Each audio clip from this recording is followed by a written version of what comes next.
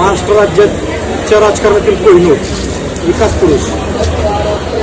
राष्ट्रवादी काँग्रेस पार्टीचे राष्ट्रीय अध्यक्ष पुणे जिल्ह्याचे पालकमंत्री महाराष्ट्राचे उपमुख्यमंत्री आदरणीय सन्माननीय अजितदादा पवार यांचा आज अभिष्ट चिंतन सोहळा त्या निमित्ताने हवेली तालुका राष्ट्रवादी युवक काँग्रेसच्या वतीने आज कोल्हापूर येथील करवीर निवासिनी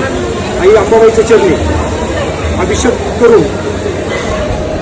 दादांच्या दीर्घ आयुष्यासाठी आरोग्यदायी आयुष्यासाठी आणि येणाऱ्या काळामध्ये